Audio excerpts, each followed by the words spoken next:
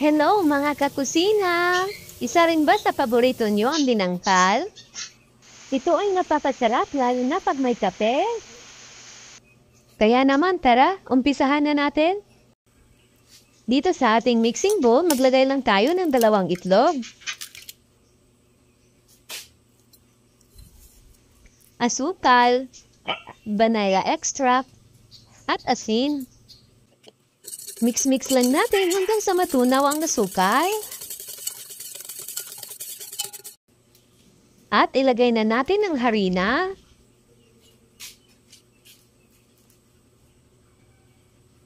Baking powder at powdered milk. Optional lamang po ang powdered milk.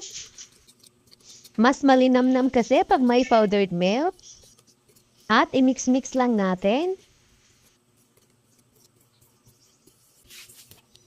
Hindi na kailangan maging expert ka sa paggawa ng tinapay para makagawa ka ng binangkal. Kahit sino, pwede gumawa ng binangkal. Napaka-basic lamang po ng recipe natin ito. Lagyan lang natin ng oil para hindi dry ang ating binangkal. Masahin lang natin maigi hanggang sa mapuha natin ang tamang consistency ng ating dough.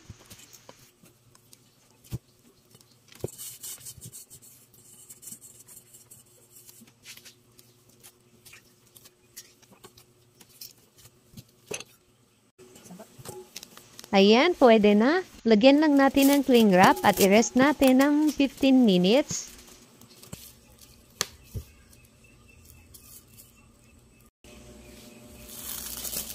Ayan, after 15 minutes, pwede na natin hati-hatiin ang ating dough ayon sa gusto nating laki. Pwede kayo gumamit ng timbangan pero kung wala, pareho tayo. Kaya tansyahin na lang natin gamit ang kamay.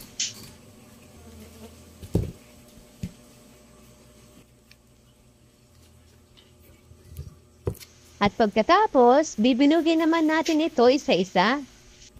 At ulitin lang natin hanggang sa matapos natin lahat.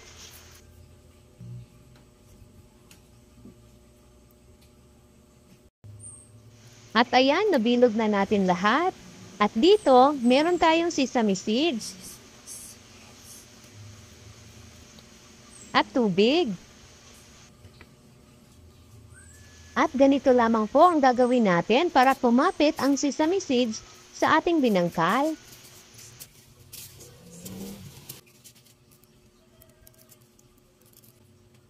At bilugin natin ulit na may konting diin para pumapit talaga ang mga sesame seeds.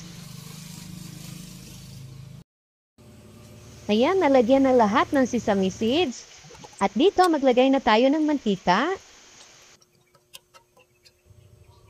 I-set lang po natin ang stove sa low heat para makasigurado tayo na luto hanggang sa loob nito.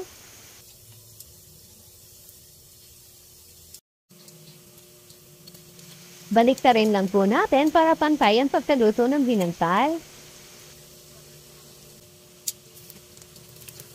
Once ganito na po ang kulay ng ating binangkal, pwede na po natin hanguin.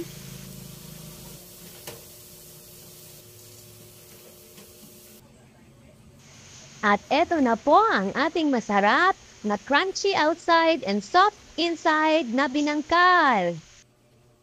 Promise po, napaka-crunchy po talaga ng ating binangkal. Hindi lang ito pang merienda, pwede rin pang negosyo. Kahit nasa bahay ka lang, pwede ka pumita.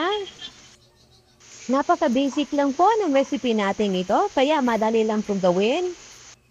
At kaunti lamang po ang mga ingredients. Kaya subukan niyo din pong gumawa nito. At eto na, pinakihintay nating part, ang tikiman time.